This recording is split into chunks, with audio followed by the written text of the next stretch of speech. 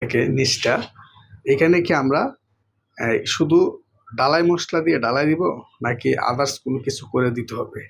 এখানে দেখতে পাচ্ছেন আমি একটা লেয়ার অর্থাৎ একটা লেয়ার বালি দিচ্ছি। দেখতে পাচ্ছেন একটা লেয়ার বালি দিচ্ছি।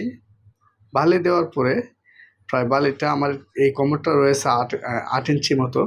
তো 8 ইঞ্চির মধ্যে আমি আমার যে বালিটা দেব, বালির যে স্তরটা থাকবে সেই স্তরটা থাকবে 5 ইঞ্চি, আর 3 ইঞ্চি থাকবে আমার ঢালাই মশলা দিয়ে ঢালাই দিতে হবে। তো এই যে বালুটা আপনারা দেখতে পাচ্ছেন, এই বালিটা আমরা এখানে সম্পূর্ণটাতে মিলিয়ে ফ্লোরে দিয়ে দিব।